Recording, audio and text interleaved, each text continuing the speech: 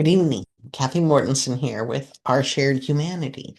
And I'm on the line of the prayer, Thy will be done on earth as it is in heaven.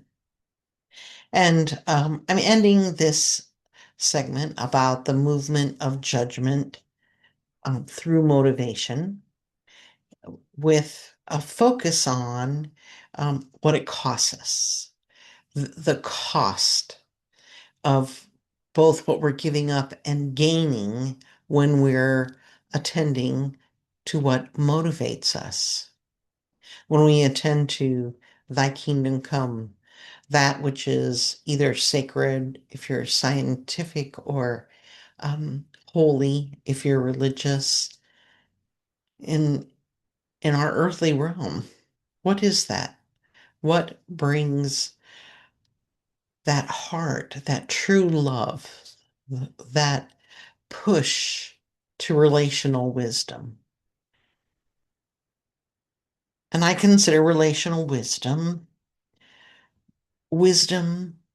that embraces that everything's connected, everything relates at some point.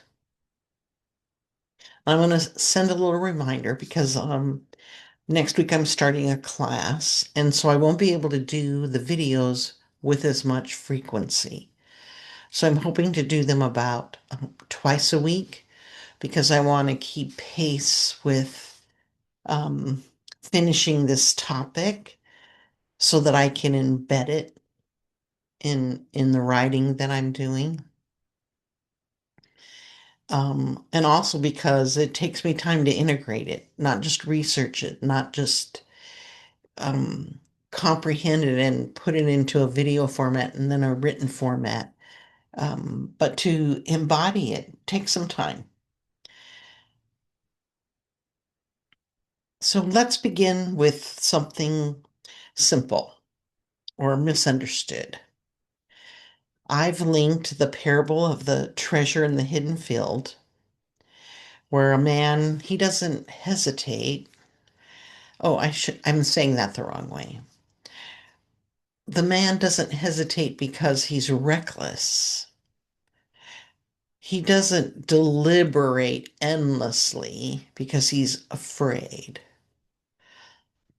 The treasure in the hidden field, he judges the cost.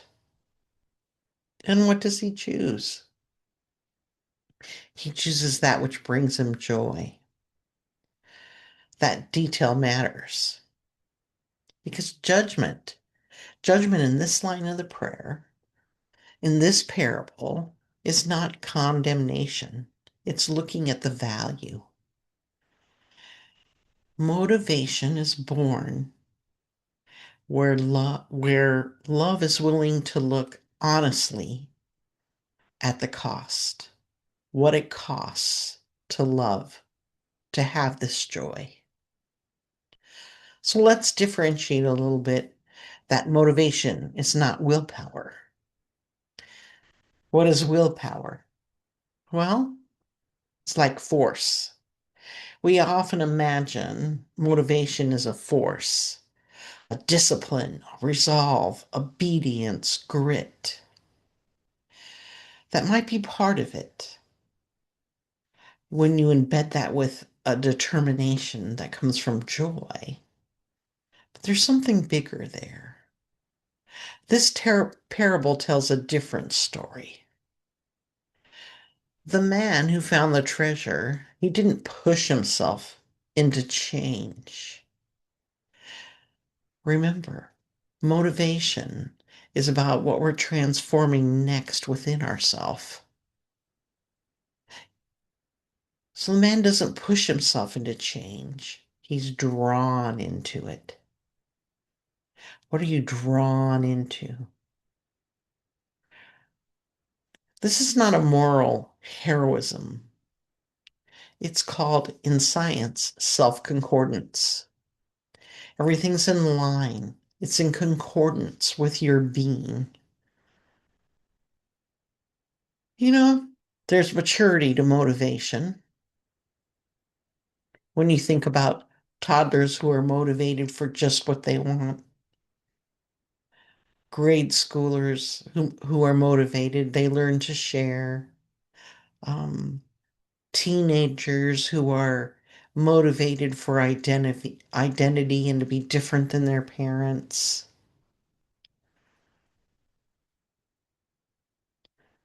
Let's look at how that matures.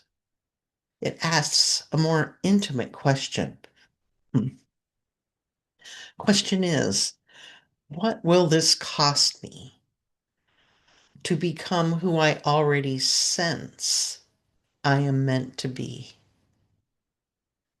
You might not be that next person. We sense it. It's part of our growth. Cost is primarily not what we lose.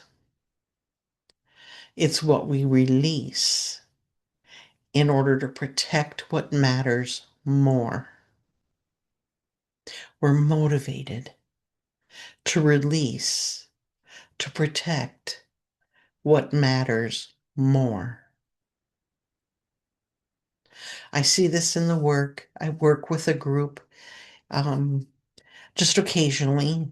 I'm not their counselor. I mean, I don't want you to think anything like that, but once a week of women in recovery, what they release, their hurt, their guilt, their shame, they're releasing that to protect what matters more, which is they're learning that who they are matters more. Being present with their children matters more. It's a wonderful gift. And I'm so glad that my friend was able to confirm with me why that just feels so good inside for me. Because these women are open. They're totally open to this kind of being motivated. So here's the first judgment in motivation. It's love of self. Before we do any outward sacrifice, there's an inward reckoning. It's not, is this right? Will this be approved? Will this make me good? That's not what it is. What's the inward reckoning? The questions we ask are, can I live divided if I do not choose what I'm becoming? We'll talk about that more. It's a good question. Can I live divided if I do not choose this?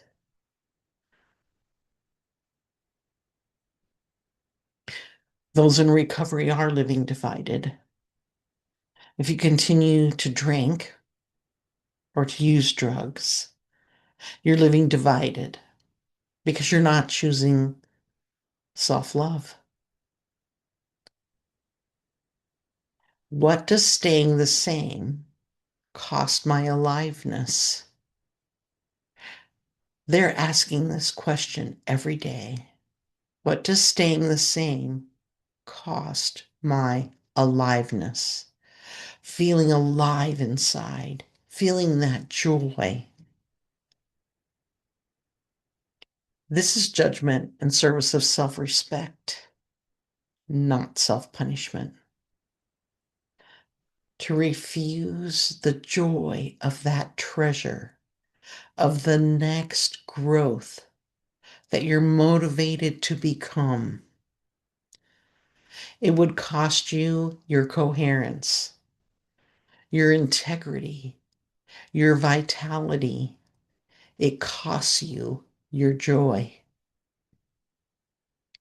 The man sells everything for this treasure, not because he hates his life, but because he finally knows what his life is worth. When you know you're worthy, you pay the cost. So I want to get into that, thinking about what living divided really means. So this division is not a moral failure. We tend to look at it that way. It's about gaining internal coherence. When we're growing, living divided is a natural part of that growth. One part of us recognizes, oh, I want that next. Another part clings to safety, or this is more comfortable. This is more familiar. I'm approved here. I'm not approved over there.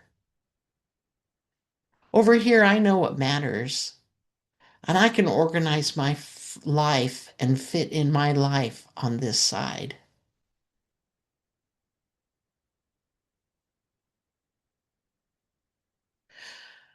But when we figure out what really matters for our next growth, we're motivated to step out of that comfort zone. We're motivated to say, I'm going to take a risk. I know not everyone's going to approve of this risk that I take. Most of us truly live divided for just a little bit. That discernment, it just requires time and space. But if we take too long, that division inside of us becomes expensive because energy is spent managing contradiction or defending an outdated identity or justifying choices that no longer fit. I've done that. I've defended an outdated identity that I've had. I've justified choices that no longer fit who I am.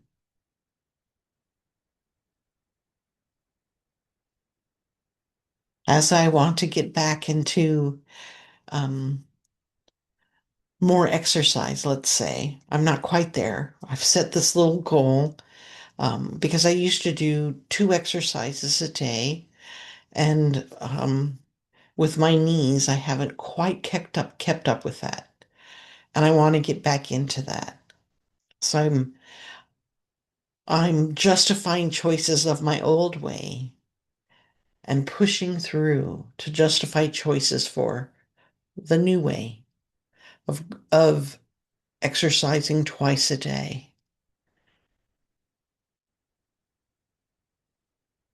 And I don't want my motivation to fade because it gets hard, because it's windy outside or cold outside. I don't want to become fragmented into those excuses.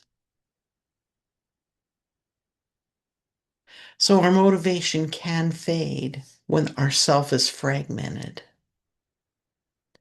We need to keep that self-love going. There's a second judgment, love of others.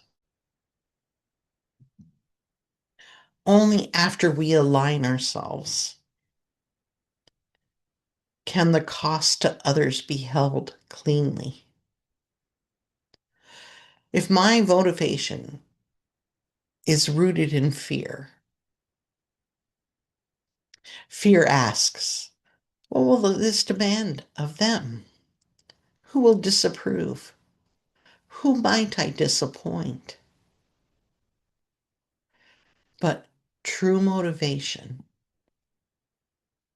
true motivation and love asks, what kind of presence will I become if I live divided?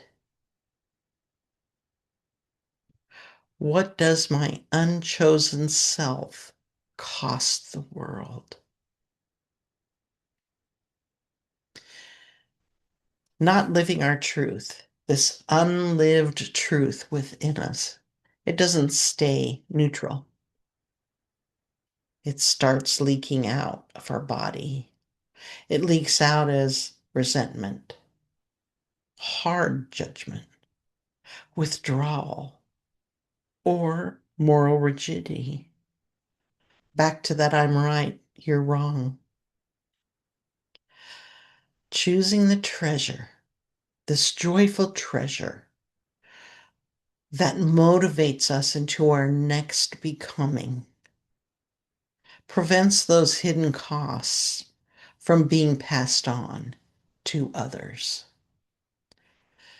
Love of self transfers into love of others.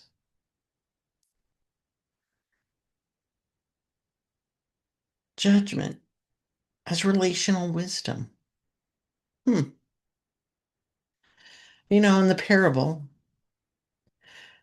judgment does kind of like three things. First, it names what we value, that this becoming matters more than what I'm clinging to. Not because what I have is bad, but because something else reorganizes everything within. It feels more settled. Second, judgment. It counts cost. Honestly, without drama, without denial, it asks, what comforts will I lose? What identities may no longer fit? What certainty or protection might dissolve? And when we do that judgment, it includes judging the cost of not choosing what you're becoming. The third thing, judgment releases attachment. There's no contempt for what's left behind. In the parable, the man doesn't burn his possessions, he sells them. Something can remain good without remaining central. This is why judgment produces joy. Nothing essential is being destroyed. Something essential is being claimed. And there's just one caution. It's when cost awareness turns into being more narcissistic. Judging cost becomes narcissistic when the self becomes the end rather than the site of discernment. When we have healthy judgment, we're asking, what will this require of me so I can live with integrity and offer myself honestly to the world? Narcissistic judgment asks, how does this protect my comfort or my image or insulate me from more demands? You can tell the difference by the fruit of your labor. When judgment leads to movement, humility, greater capacity for relationship, it's aligned. When it leads to deferral, self exemption, spiritual avoidance, or paralysis framed as wisdom, the self is being defended, not tended, not tended for growth. Here's a test. Does this judgment move me forward toward greater capacity for relationship or greater insulation from it? In daily life, cost aware motivation looks like this. This will stretch me, and I am willing. I don't need guarantees to take the next honest step. I can grieve what I release without resenting it. In meditation or prayer, contemplation, it looks like listening without negotiating. It's not asking, how do I get out of this? It's asking, what's being asked of my honesty right now? Where am I already paying the cost of not choosing? And often our body answers first. We notice that softening or that tightening. We notice that sense of relief or resistance. Judgment here, it's refining this discernment. It's not harsh, it's attentive. Again, motivation does not arise from pressure, it arises from clarity. Motivation matures when judgment stops asking, what is permitted? And begins asking what it costs to refuse what we love. The treasure does not demand sacrifice. Again, just like um, Wednesday's video, it's an invitation, it's alignment. And when we're inviting ourselves to our own alignment, joy follows. Not because the cost was small, but because it was finally worth paying. Let's look at an example of this as a boundary. We can all imagine, we've all done this. We've all been someone who is caring and reliable and emotionally stable. The person others turn to in crisis. And over time, you begin to notice something. You begin to notice an irritation after helping. You begin to notice being exhausted. That doesn't resolve with rest. You begin to notice a quiet sense of being unseen. Nothing dramatic has happened. No one has done anything wrong, but something is off. When they pause in honesty,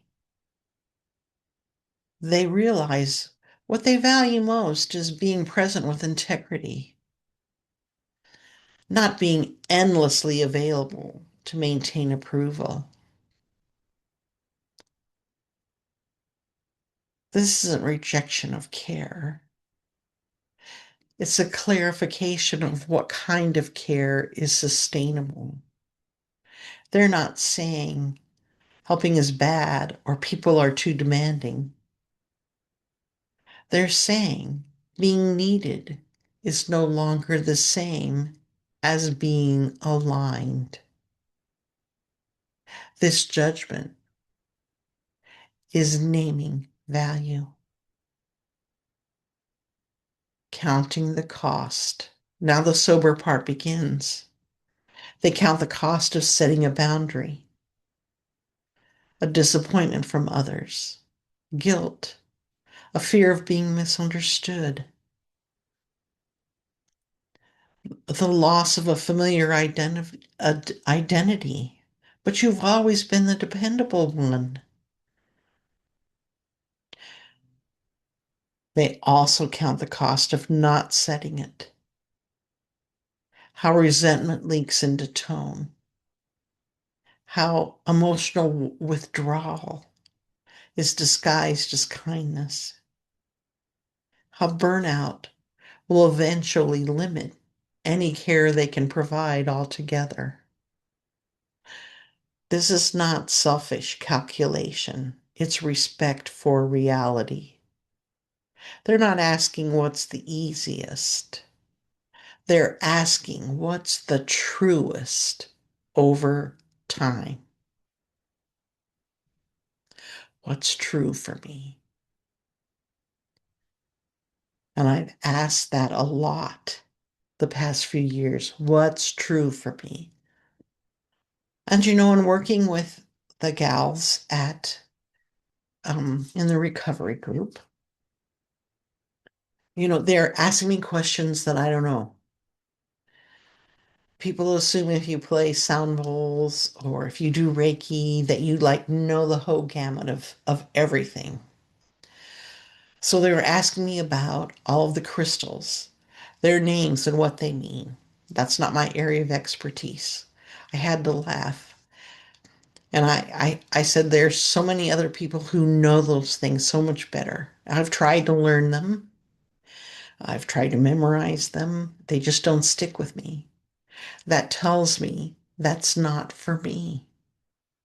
So one of the gal wanted some crystals. So I went to the local crystal shop and I just had to laugh because they know me and I know them. I said, well, here I am. I said, they all expect me to know and I just don't know. I can't memorize it. And they laughed. I know. They said, it's like you're expected to be the Google person who can label it all off. I said, well, I'm here because I trust you. They were able to pick out the crystals for the gal who wanted them, give her little cards of what they all meant, issue taken care of. Uh, I don't have to be everything for everyone. I could set my boundary with that. Sometimes releasing attachment is the hardest part. Because when we release attachment, if we're if we're seen as endlessly generous, or oh, we have to be needed to feel important or valuable, or that I'm exempt from conflict. We avoid conflict by not releasing attachment.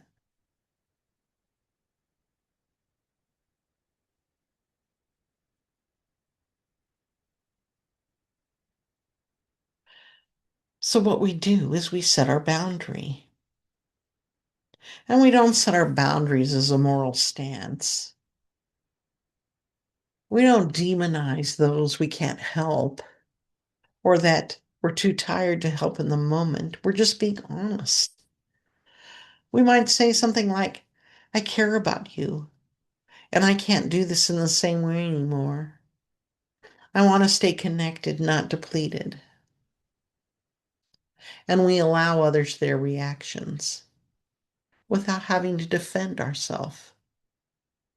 I didn't have to defend myself with the stones. I just said it's something I don't know, and I'm not going to take that learning on because it doesn't stick in my head. I released attachment that I needed to know it. There's other people who could know it.